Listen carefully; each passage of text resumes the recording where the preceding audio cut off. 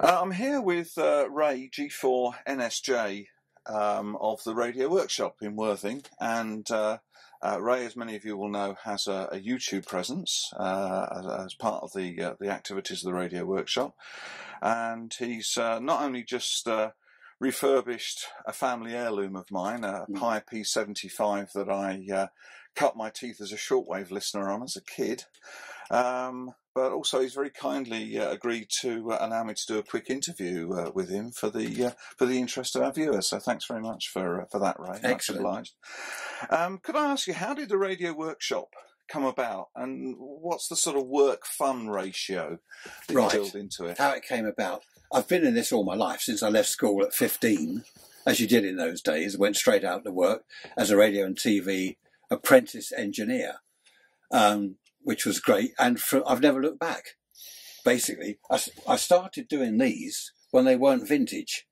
You know, they were not modern in the 60s, because this is early 50s, but they're only sort of 15 years old, something like that. So they were almost modern radios. It's great. The workshop started. I started working. A lot of the radio and TV shops closed down. They've gone, as you know. So I started working from home, self-employed, of course. And there's a real need for people. There's only 3 of us in the country, I believe now. There's a real need for people like us, because you'll find someone will say, "I found a radio in the loft. I remember this. It was my grandmother's." Well, as yours. You know, it was family heirloom. I want to get it going. So, of course, that's how it all started, really. Yeah, and the fun part, it is fun. What I do, I'll do the weekly videos for the members, and I'll say, right, this one, for example, has got a nasty fault. You know, then I go through the fault finding on the video, and it's some of it is quite fun. You get intermittent faults, and I'll say, I've had this on the bench for 3 days. I can't find the fault. You know, so yeah, it's a hobby and a business. Right. Okay. Without giving away any trade secrets, where do you source your parts from? All over the place. Mainly eBay. I've got thousands of valves in the loft, which that's not a problem. But there's always one you haven't got. So eBay is the main place. But capacitors from China. From everywhere, really. I don't know what I'd do without the internet. You know, I think without the internet, I wouldn't have any parts. Sure. You know, resistors, the whole lot. Radio spares are still going, of course. They supply a lot of parts. So, who else? Farnell, that's a good company for capacitors and old-fashioned volume controls and with switches and so on. Yes, big problem. These, I'll just show you. These, right, 0.5 meg. 500k, now replaced by 470k with switch for this sort of thing. Impossible to get, absolutely impossible to get. Even the Chinese don't make them. So that shows there's just no market for them. But I've just found a company, what they called, I forget what they're called now, in the UK. I'll look that up in a minute. And they make these to order. Now they cost, what are they, about £7 or £8. Which is, you might think, well, that's a lot, but you get 470k log with switch, brand new, without, of course, I can't do the radios. I need one of those for a repair of my own, so I'll come back to you on that maybe afterwards. Okay. Right. So what initiated or inspired your YouTube presence? Because that's how I got to know about you, and many others, I'm sure, as well. Indeed. Well, that started, some customers would say to me, I'd like to do this myself. You know, can you give me any tips? They'd say, perhaps I've got a radio, it works fine, but it's humming. You know, they'd ring me or email me, and I'd say, well, try this, try that, smoothing capacitors. And one chap, I said, look, I'll put it on video because it's difficult to explain. So I did a video, emailed that to him, and he did his radio. And I thought, hang on, this is good. If I put more on video for people. I've now just finished the 320-second weekly video. Been going for 6 years. There's a load of other videos on there, how the radios work, all that sort of thing.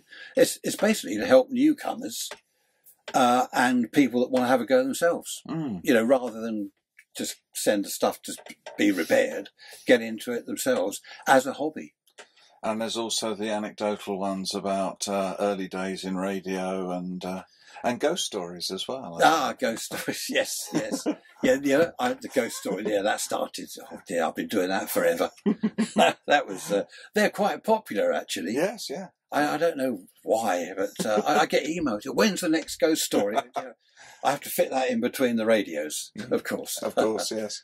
So you mentioned earlier about members of the Radio Workshop, and you offer membership for a nominal one-off fee. What does membership of the Radio Workshop offer? Well, basically all these videos, circuit diagrams, and I've got a lot of manuals in the members area. There's a lot on the website for the public, but I've got a lot that I've put in the members area. What I've been doing is buying them online. Certain people sell them a couple of quid or whatever, and I was putting them online on the public website for free. And I upset one or two people. They contacted me, this is our business. You're sort of giving them away for nothing. People are all coming to you. So I thought I'll put those in the members area. Okay. So yeah, there's hundreds in there. And other members, what's happening now is other members, when they get them from somewhere, they send them to me.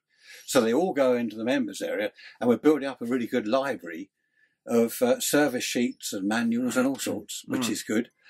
What else is in there? Loads of stuff. Right.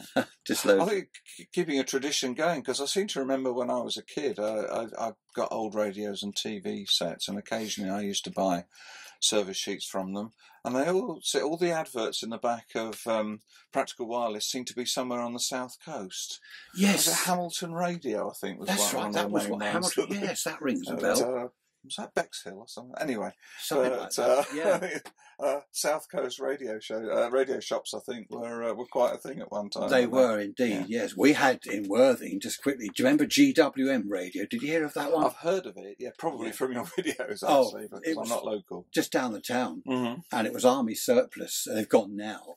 But they were known worldwide. They exported military gear. And of course, it's down the road from me. I almost lived in that shop. You name it, they had it. I can imagine. We build transmitters and all sorts with bits from the shop. Yeah. But it's gone now. Now, you're also a radio amateur, as I mentioned before, G4NSJ. What are your main pursuits and activities in the hobby nowadays? Nowadays, I'm getting back into CW. A bit of the old Morse code. The reason being, I used to love Morse code. When I first got the license, the G4, I used Morse code mainly because I just thought, I can do Morse down with G4. And I didn't bother with phone. It was all on the key. That all died off. Things happen. I was out of amateur radio for a while. And only recently I've decided to get back into Morse. It's all right chatting on the bands, but top band and 80 meters here are very, very noisy. But with Morse, you can bring the filter in, you can narrow it right down, got your headphones, and you can hear it, through all sorts of noise. So, I'm back into Morse code, 10 meters. As I say, my favourite bands are 160 and 80. But because of the noise levels, I've looked for another band. So I'm now on 10 meters with a cheap 32 quid. That's all it cost. A 5/8 CB aerial. Okay, adjust that for 10 meters. Bit of coax, no ATU, straight into the rig, and you're worldwide. FM repeaters. I mean, at the moment, we're at the worst part of the sunspot cycle. But there are openings. And the other day I was talking to a lady in Switzerland, Susie in Switzerland. Right. 5 and 9 both ways on a 32 quid aerial. You don't need a lot of space, in the garden. It's just, it's a good band. Is there a lot of local activity? Are you a member of a local club? Or? I'm not a member of the local club. No, unfortunately, I don't get a lot of time. Because of all this work, and then family, grandchildren, the rest of it. There's just no time for anything else. Okay. I might go. I was a member of the Worthing Club. I might join again at some stage. Well, I haven't retired. I'm 68. I can see here that you haven't quite managed it yet. I know, only look in my 40s. Oh, yes, indeed. I was 68, and I keep thinking, one of these, I better retire. But then people phone, an email, can you look at my radio? Oh, yeah, all right then. So I don't know, I might even be sitting here in 10 years' time We hope so. We look forward. We look forward to it. You never know. Indeed. Thank you very much indeed for your time, Ray. I see you've got the next radio on the Yes. bench there, another P75, ready to submit to your tender administrations. Yes, it does actually work, but it needs all the capacitors replacing, Yeah. and that one, of course, will be on video, as yours is. Oh, right, okay. Yes, have a look at that. I will do, yes. Thanks very much indeed for your time, Ray. I'm really grateful to you. Thanks. No problem.